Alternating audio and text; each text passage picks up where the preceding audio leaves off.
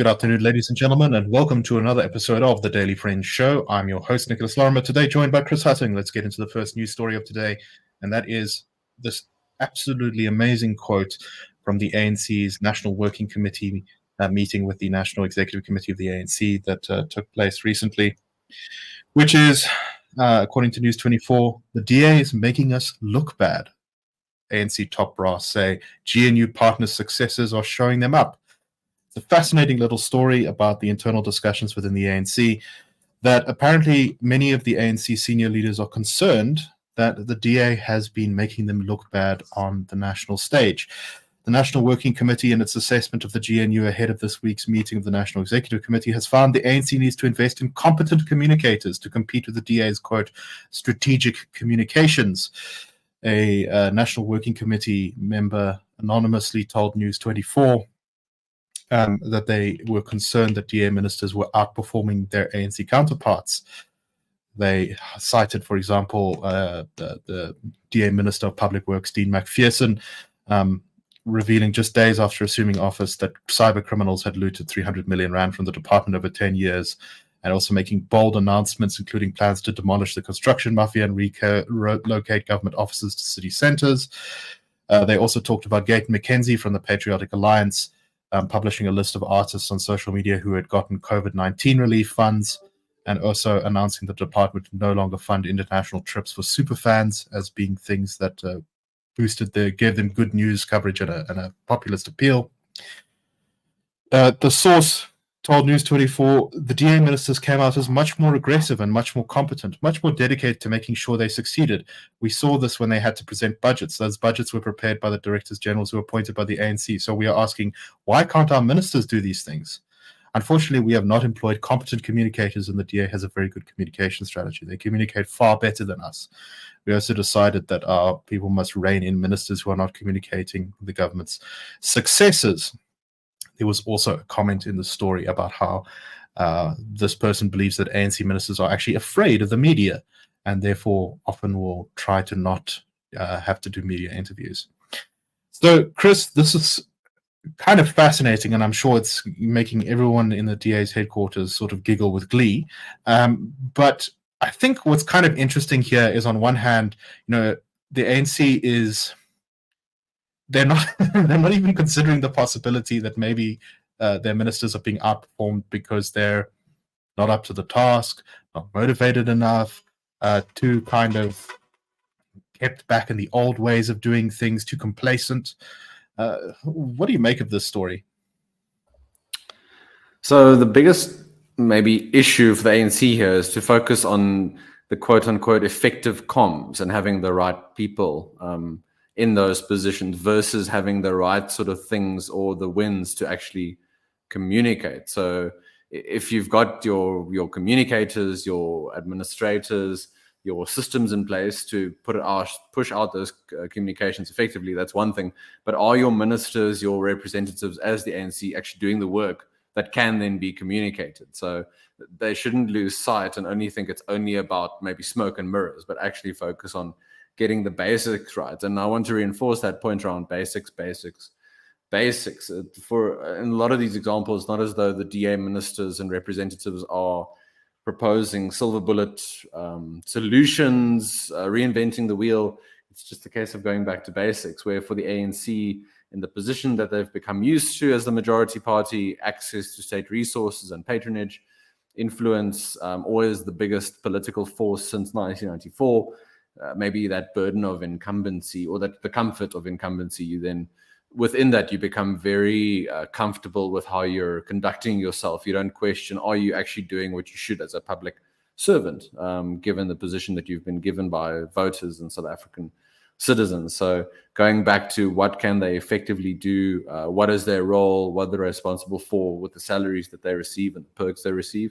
And here again, this is not to say this solves all of South Africa's problems, but this does put a W in a notch in the W column for the GNU, where slowly but surely you see a little bit of a shifting of narratives, of thinking, of questioning of those involved. I'm not saying everyone within the party is going to change their minds about core policy matters or ideological matters, but it just starts to shift the ground a little bit and open up those spaces for conversations, which wouldn't have taken place before this year's elections.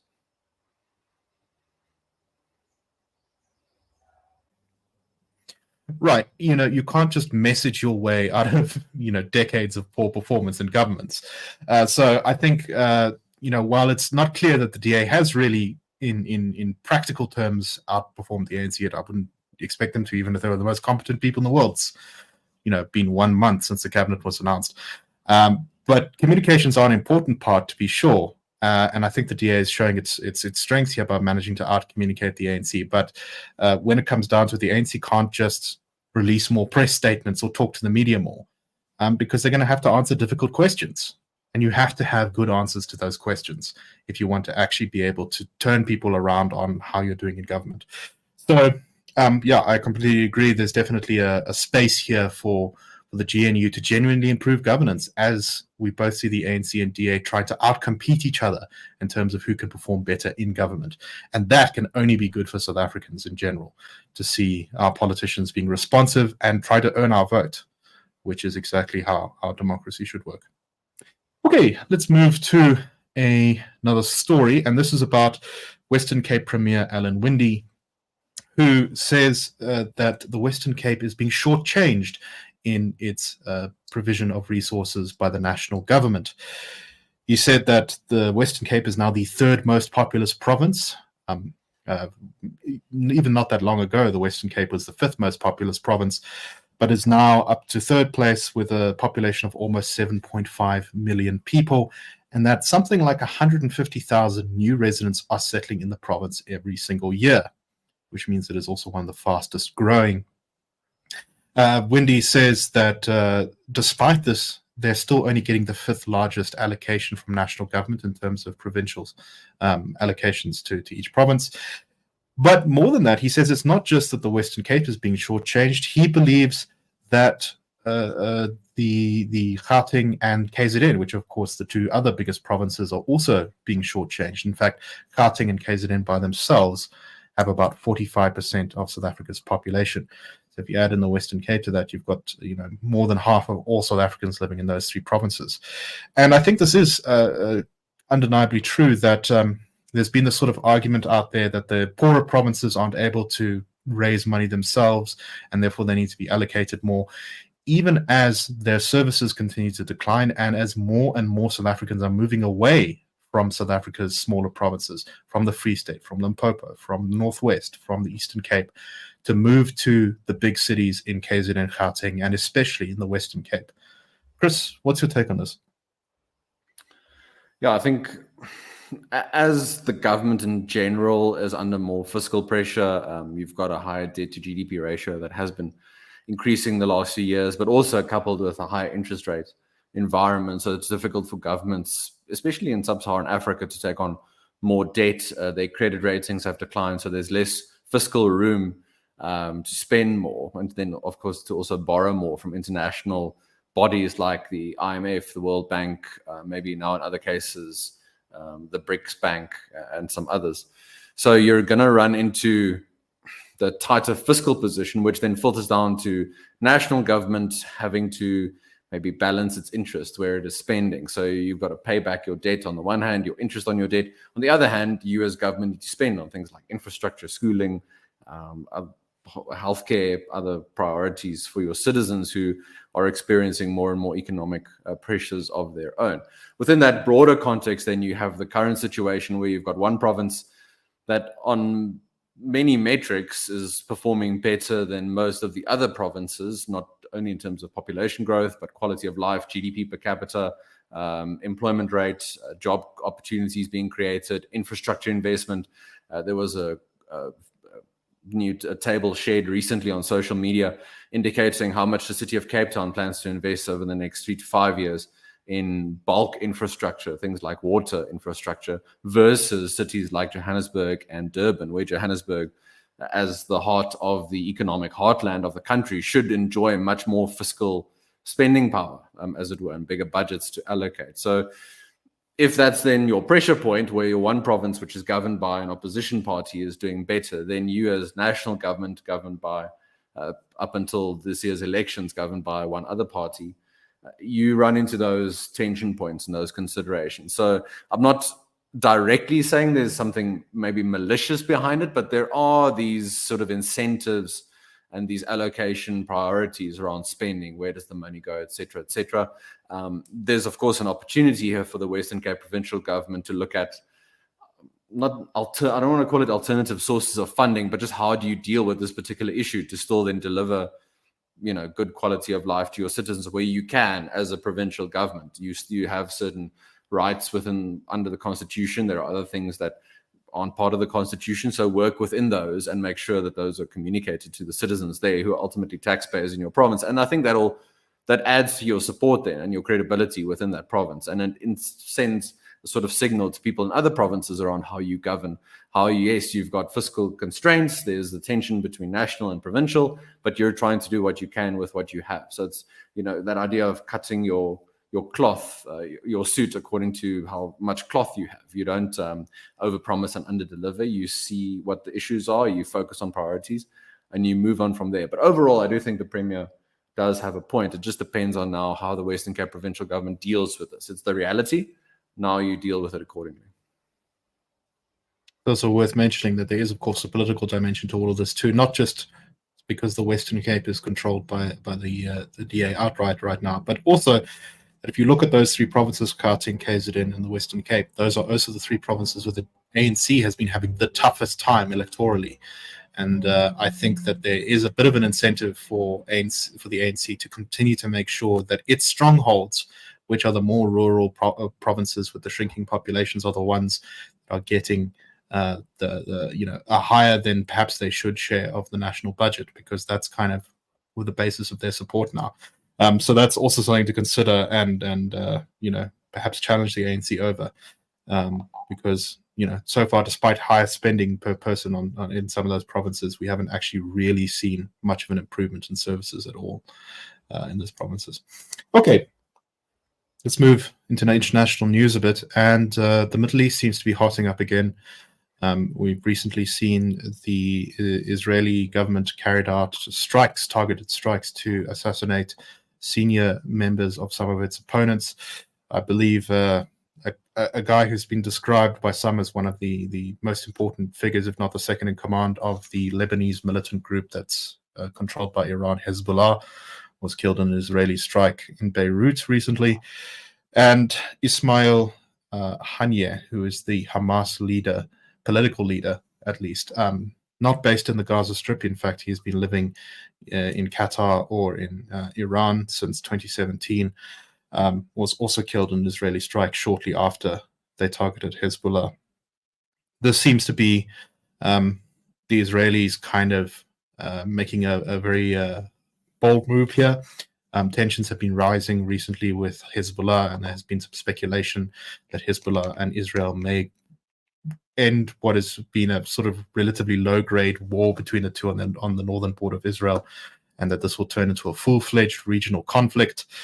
I think things were made much worse when recently 12 children in the Golan Heights, who are under the protection of the Israelis, were killed by a Hezbollah rocket while playing soccer. That certainly did not make people feel much better, and that ratcheted up tensions a lot. So I guess now the world waits to see what will happen, whether Iran and its allies will retaliate against Israel for these attacks. This may be Israel kind of drawing the line and saying, don't mess with us, because we can strike you wherever you are.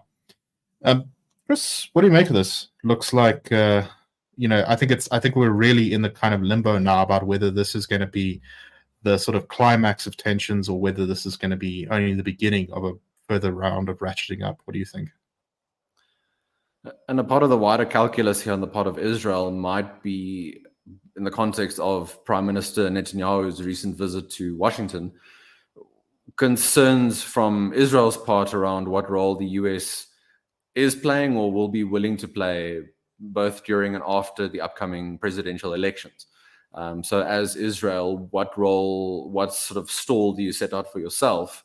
I'm sure the US will still remain probably their closest ally, but there could be questions around what form that allyship takes in terms of support, munitions, financial aid, and otherwise. So that could be part of your calculus. And then secondly, given maybe support that is provided to Iran by other countries, what do you as Israel do regionally to sort of set any red lines, if there are any, that you don't forget what was done to you and to your people, that you make sure that that standard is always maintained, that that level, if I can call it, of reciprocity of force, that's always in the minds of the Iranian leaders, and whatever instructions or guidance they might give to their proxies, such as Hezbollah and the Houthis as well. It should not be forgotten. The Houthis continue to operate, continue to disrupt global shipping. That will continue to put pressure on the global economy. And if Iran becomes directly involved, what that does to oil prices and the like, I don't think we want to really deal with. So it's all, I think, part of regionally wanting to secure and set out as much as you can, but also maybe in terms of global geopolitics for Israel, trying to ensure that it is not, it's not put on the back burner, as it were, by some of its allies. So we'll wait and see what comes of this. I think the Americans are very eager to avoid a big conflagration right now. And I don't know about Iran. They're very difficult to tell what is going on there. But I don't think they necessarily want to engage in a full-scale war with Israel right now. So maybe this will be followed by some ratcheting down by both sides. But we shall have to see. Anyway, that's all the time we have for today. We hope you found the show interesting. We'll be back tomorrow. That's a wrap. The Daily Friend Show and The Daily Friend are a project of the Institute of Race Relations, the IRR. The IRR is a think tank which was founded in 1929 to study race relations in South Africa and works to change government policy to improve race relations through non-racialism and to ensure the prosperity of all South Africans. If you like our work and would like to support us, please go to irr.org.za and click Support the IRR. Or you can go to thedailyfriend.co.za and click the Fund Us button.